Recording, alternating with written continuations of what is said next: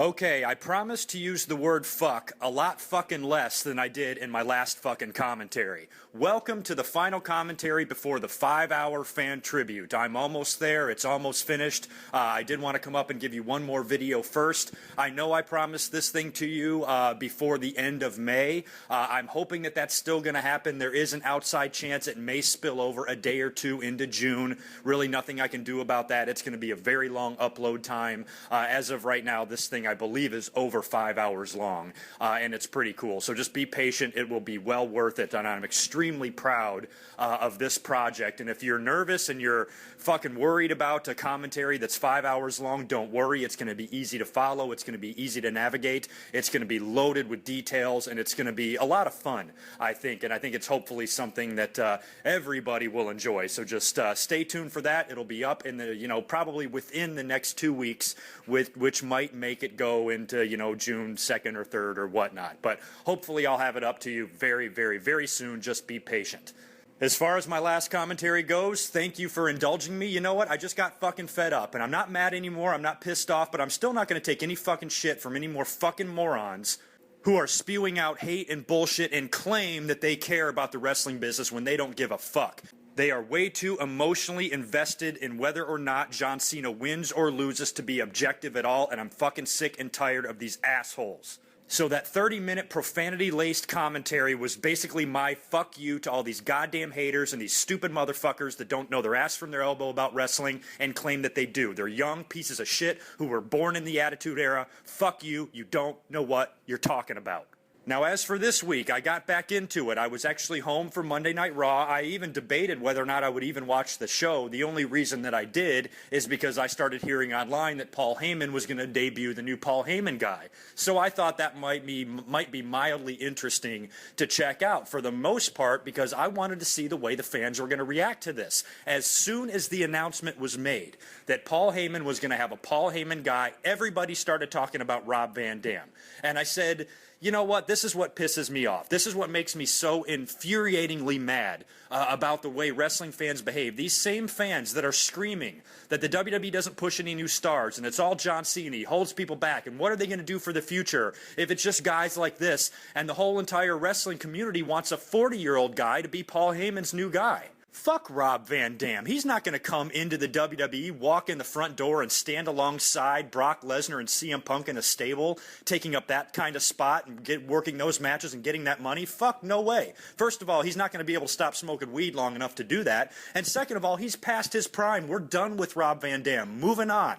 And I mentioned it on Facebook. I said if Rob Van Dam's music hits and he comes out there, the fans are going to nut themselves, go completely out of their minds. Whereas if it turns out to be a hard-working young guy that's been on the roster for a few years, like an Antonio Cesaro or a Kofi Kingston or something like that, I'm pretty sure the fans are going to shit on it and say that it was a letdown. Why was it a letdown? Because it wasn't some name that they recognize that they always want to see. What the fuck are you talking about? John Cena is pushed too much and you want new guys. No, you don't. Because you're pissed off if it's somebody that's not an already established legend. This was a great idea. This Mr. Perfect's son, when the fuck did he sign his developmental deal? 2007 or 8? He's been there for 5 or 6 fucking years. I think that he's more than ready to be given a spot in an opportunity. Wasn't he The Rock's training partner? The WWE, trusts him. They like his work, and I think that they've been grooming him for a long time. This is a lot different. Speaking of The Rock, take a guy like The Rock. When he came in as a third-generation superstar in 1996, I dare say he was on TV about 4 months after he signed. They put him in the warehouse for, 8 to 12 weeks working on his game a little bit. There was no developmental system back then. It was a garage in Stamford, with a dirt road leading to it. That was it. And usually it was 1 or 2 guys in there training somebody. And that's where The Rock kind of worked out for about, a matter of weeks, and boom, he was on TV debuting at the Survivor Series. Now, the WWE takes their time with this shit.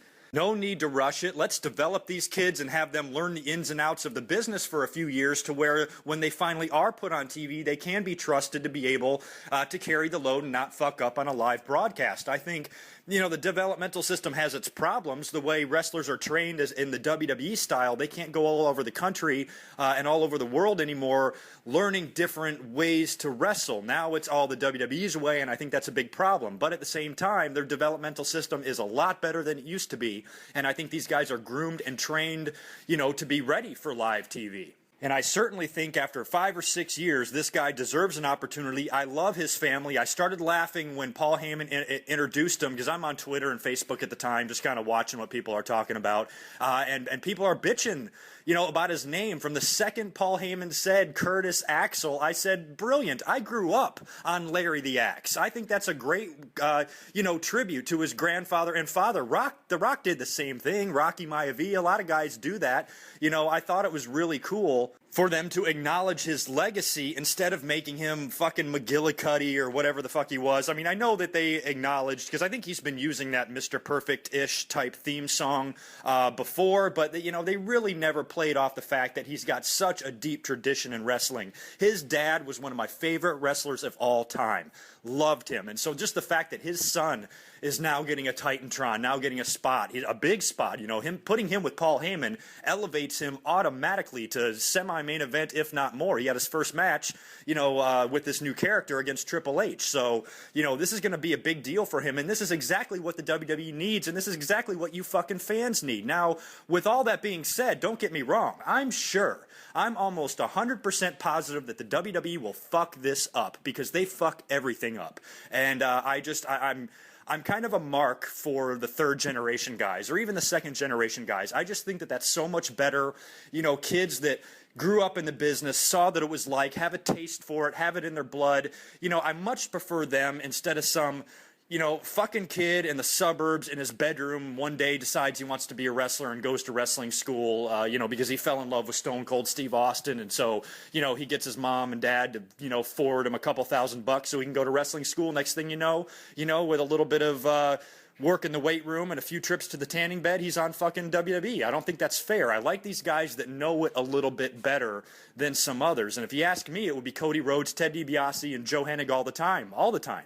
I'd be pushing guys like that. I know it can't all be guys like that, but for the most part, I just think, why wouldn't you want a blue chipper like that on your roster, and what the fuck took him so long to get him here?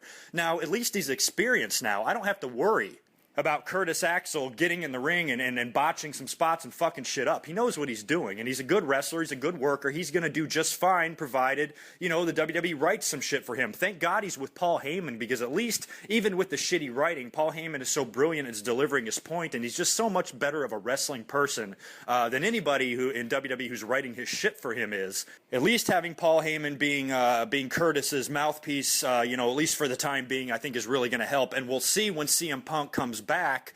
I hope they don't go too quickly with the feud. These guys are going to be part of the stable together at some point, provided, Curtis Axel makes it that long until Punk's return. And then, there's going to be a conflict, and then, there's going to be a match and all that shit. So if CM Punk comes back in August, let's not have a Curtis Axel versus CM Punk match in September. Let's fucking wait on this shit a little bit. If you want to do the split, if you want to do the, the dissension in the faction, you want to do the big match, do it, and do it well, and save it for a big-time money-making pay-per-view. Save that shit for WrestleMania, or something like that. So I'm interested to see how, this new Paul Heyman guy will do this year, how the WWE is going to handle this, because unfortunately it's out of Curtis Axel's hands. He can only do so much. The only thing he can do is go out there and be the best worker he can be. What the WWE writes down for him and how it fucking comes off on TV, that's not going to be anybody's fault but the WWE, and I'm sure that they're going to fuck a good opportunity like this up. But for anybody that's complaining about this, I just want to say fuck you as loud as I fucking possibly can. Fuck you. This is a good idea. This is exactly what you've been wanting. This is exactly what all the John Cena haters and people that hate that shit, this is exactly what you guys have been screaming for. Here you go. So stop your fucking bitching. Now, if the WWE screws it up, fine, bitch all you want. I got a little nervous during the opening promo when Triple H came down there and slapped him down like a bitch. I'm like, hello, isn't this like one of your new top heels? You really want to just, do that to him? That's like body slamming a 500-pound guy in his first match. It just didn't make any, psychological sense to me. And I'm like, oh, okay, no big deal. Why am I complaining? That's just kind of the way WWE does things. I'm sure they'll bounce back from this. Kurt Axel's going to beat Triple H later on in the night. I'm sure of it. Why wouldn't he? You mean to tell me Triple H is going to come out there and pedigree and pin this kid on his first night? No fucking way. So Curtis Axel had to get the win. Well, he did, but he didn't get it the way we wanted. If Triple H is so hurt from the Brock Lesnar fight, would it have been that bad if they just would have had Kurt pin him? It's almost as if, the Triple H I can't continue thing, that sucked. I didn't agree with that because they could have gone the route, Triple H was only at, 50% and he was still injured and, he had head problems and he was a fucking mess in the match and he couldn't compete well. Well, why didn't you have fucking Curtis Axel just beat him and pin him then, leave him laying? Instead of Triple H just, just a cop-out. So, I don't think it would have hurt Triple H's status at all to lose because they could have used the excuse, well, he wasn't ready. He shouldn't have been wrestling, and he was out there when he shouldn't have been, and he got beat. I don't think it would have been that bad for Triple H to lose 2 matches in a row, and I don't understand why they just didn't go with some sort of a pinfall or decisive victory. But again, I'm possibly nitpicking. I'm wondering if this is going to lead to yet a 4th Brock Lesnar versus Triple H match. I hope not, but it almost seems like that's the way it's going. Or it could wind up being a Curtis Axel Triple H match at the next pay-per-view, and that's where Curtis Axel gets his big victories. Move on to the Shield because they had a big night at the pay-per-view. I saw this coming without even watching the show. I haven't even watched Raw, but as soon as every faction does this, every faction wins the belts on the same night. They all fucking do it. Happens all the time. So it was obvious to me, the Shield being undefeated and all 3 of them having title matches at the pay-per-view, obviously all 3 of them are walking out of there with gold. So no reason to even discuss the matches. I wasn't surprised at all. Completely predictable. The Shield all has belts and the fans like it. They came out on Raw, cut a great promo, had a 6-man match, won again, and they are fucking on top of the world. And I just love hearing that Ambrose talk. He's fantastic on the mic. He's gonna be really good in that department, those drama-filled type promos and things like that. Once the Shield thing runs its course and these guys all start having their individual careers, there's going to be some really good one-on-one interactions with Ambrose and a lot of other guys, in the future, and I'm really excited for that. I think that's, at least gives you some hope that, maybe, things are looking a little better in the future. But whatever the case is with the Shield, I hope they just at least keep rolling for a little while longer, and I'm curious to where it's going to lead, if they're going to end up doing a 4th member, if they're going to split these guys up before the year is over. Curious to see how all that's going to come about, but I don't even really know what's going on right now, so I can't comment much on it. Why don't we talk about the main event as well at Extreme Rules? Now, again, just like Raw, it's like there was no finish. So now, you guys tell me. I'm dying to know, what's Ryback's record in pay-per-views? I want to say like 0 for 7, something like that. He's lost every fucking pay-per-view match I can think of, dating all the way back to that Hell in the Cell and the Survivor Series and, the pay-per-view after that, the Rumble and fucking Chamber and Mania. So, like, what the fuck? He just loses every time. Explain to me why I'm supposed to think for a second that this guy's a monster, that he's some unstoppable beast that you should be terrified of. He's never won a pay-per-view match. Fuck him. So now they go with the last man standing match, and it's a draw. Neither guy can get up. Well, Ryback's out there on Monday night like he won, standing on top of the ambulance. I left you laying, John Cena. I saw the fucking match. You speared him through the stage. You guys were both out for a 10 count. You just got up first. Big deal. So they wheeled John Cena off. He wasn't even on Raw to sell the injury, but I laughed that I did see him in the dark match. Whatever the fuck, there's a tag team match, and it's funny, they still put him in the dark match despite the fact that he's supposed to be damn near crippled, but he's got to work the dark match to send the kids home happy, I guess. But again, I'm really glad that I didn't give a shit about Extreme Rules and I didn't fucking watch it because, it's like, you could have seen this coming too. I didn't think about it much because I haven't really been watching, but yeah, last man standing match, this Ryback and John Cena feud just got kicked off. The night after WrestleMania, they're not going to be done at Extreme Rules. So what perfect way to set up yet another match between these guys at the pay-per-view after this by having some sort of draw or schmaz. That's exactly what they did, and now they have a reason to put these guys in the ring again at the next pay-per-view. And you know what? They'll probably work the pay-per-view after that too. This might go to SummerSlam. Blow off at SummerSlam. That's what I'm thinking. And it almost seems sometimes like the WWE comes up with the match before they decide what finish they might do, because in an ambulance match, now you're sticking yourself in another situation. Now you're to the point where, okay, now I don't think you can have some sort of bullshit ending. You can't have a draw now. Somebody's got to win. So now what the fuck do you do? It seems to me that there's only one possible solution for the sake of Ryback. Now, I don't even like Ryback very much, but it seems like he's got to win the belt, because what if he doesn't? Now he's 0-8, and now he got beat in an ambulance match. Now, again, why is he a monster? Why are we scared of him? Why should any wrestler have fucking 2 seconds of trouble whipping this guy's ass? Because everybody's doing it at pay-per-views. But the WWE title, changing hands in an ambulance match, can you really see that happening? So, I almost wonder if John Cena wins this thing in a fluke. Like maybe, what's the rules now? It's kind of like a casket match, right? You just have to get your opponent inside the ambulance. So what if John Cena's, what if the ambulance doors are open and they're fighting back there? John Cena's laying, in the open doorway. Here comes Ryback to spear him. John Cena moves him out of the way. Ryback goes flying into the ambulance. Cena turns around and shuts the door on him. Now, does that mean he wins? Can he win in some bullshit way like that?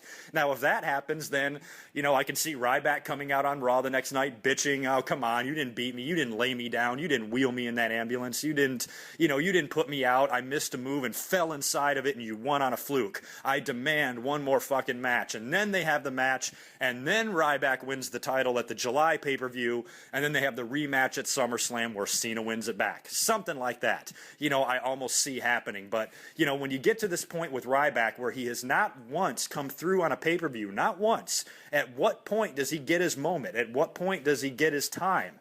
And is an ambulance match how you do it? It seems like if Ryback is going to be anointed the next champion and given a spot, given an opportunity, an ambulance match at a June pay-per-view that I don't even know what the fucking name of it is. When did Payback come? How many Paybacks have there been? I don't even remember WWE having a Payback before. Please tell me they have not been doing this for 5 years and I'm that fucking stupid and I don't know. But Jesus, so it's Payback for what the fuck ever. So Ryback wins the WWE title in an ambulance match at Payback. That's not something I'm going to remember. As a matter of fact, I'm probably going to forget that 3 days after it happens. So I think now the WWE has painted themselves in a corner to where it's put up or shut up. It's either give Ryback the belt or make him look stupid again for the 8th fucking pay-per-view in a row. So you just got to wonder what the hell they're going to do, and I honestly just don't care. The finish of Extreme Rules, the draw, it's not something that makes me mad. It's just something that makes me roll my eyes at it. It's like that's always my big problem with John Cena.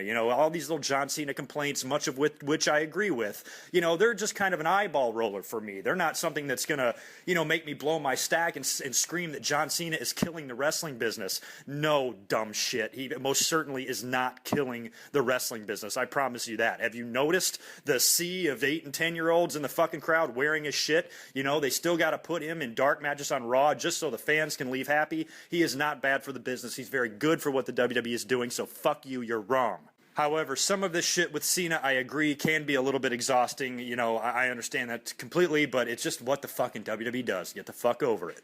All right, that is it for me for this week. I am back working on this 5-hour job. It should be up in about a week or two. Stay tuned for it. It's going to be a lot of fun. And thank you so much for your patience and your support and your approval of my last commentary. I was really pleasantly surprised. So thank you so much for enjoying all my swear words. So until the 5-hour fan tribute, take care of yourselves. Peace.